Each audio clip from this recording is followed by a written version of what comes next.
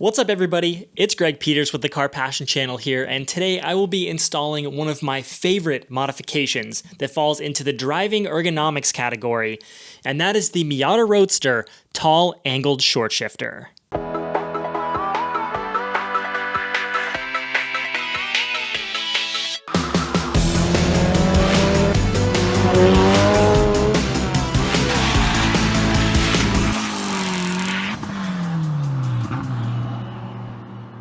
I'm kind of liking this new setup. It really feels like being back at my original setup when I first started making Miata videos. What's up guys? In this week's video I want to talk about the best ways to get more fun out of your Miata. That audio though.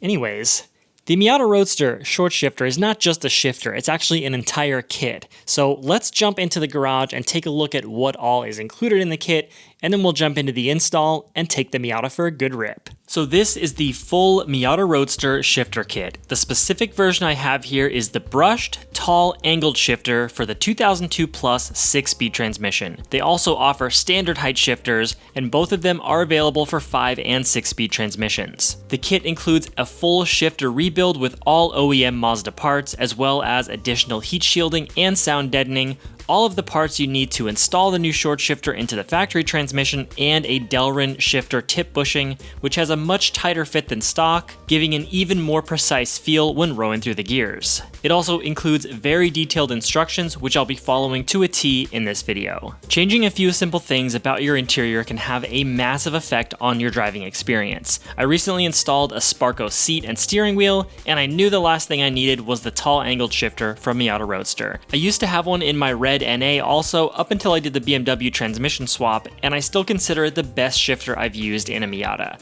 Before I go into any more details though, let's get this thing installed. The first thing that needs to go is the center console. Loosen all of the screws that hold it in place, unthread the shift knob, and if you have power windows, make sure to bash your thumb while removing the plug.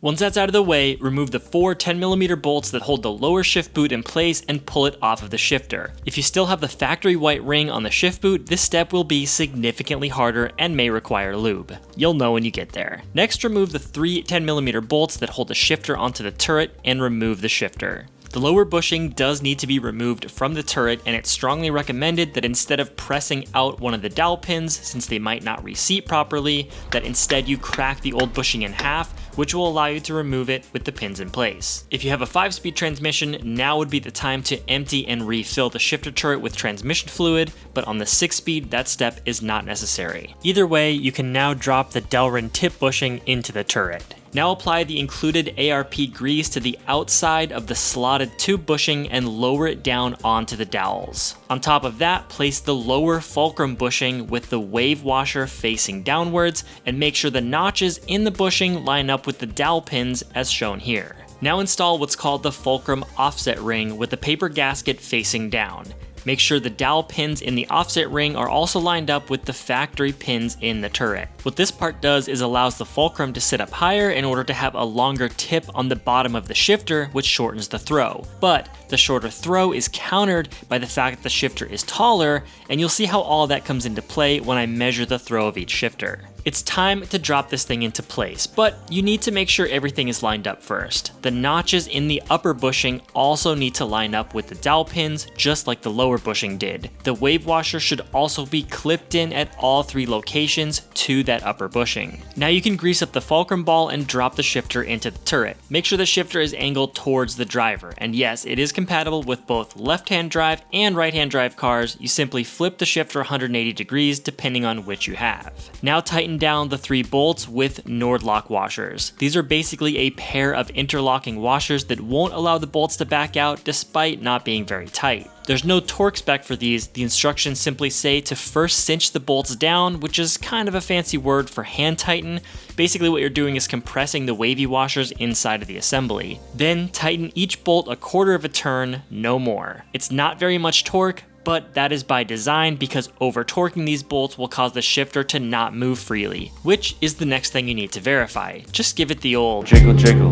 The rest is essentially the reverse of the disassembly process, starting with an extra piece of heat shielding that goes shiny side down, followed by the lower shift boot. The kit includes brand new hardware, which should promptly be dropped underneath the seat before installing. Now I know my OGs are about to jump into the comments section with ridicule and disappointment due to the lack of a ball-cock shank washer, but the old one was just cracked and didn't fit that well, so I'll be contacting the Home Depot Racing toilet department about supplying a fresh unit. Before I install the shift knob, let's compare the throw length to the stock shifter. The throw on the stock Miata 6-speed is 3.1 inches or 7.8 centimeters. The throw on the MiataRoadster shifter is 3.8 inches or 9.6 centimeters, an increase of 22%.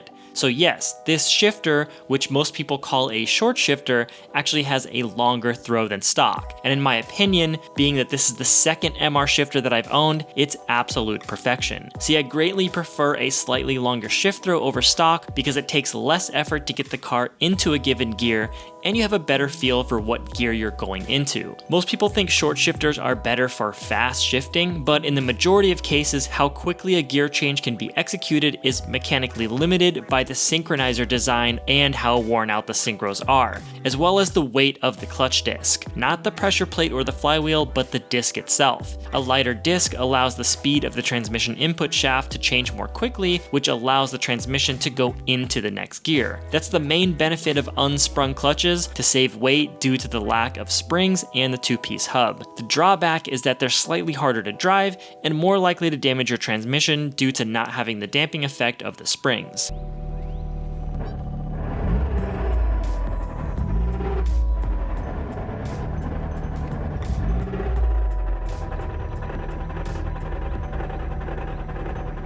Okay, there's today's tangent all done with. The last step on the instructions is to enjoy shifting your Miata, so let's go do just that.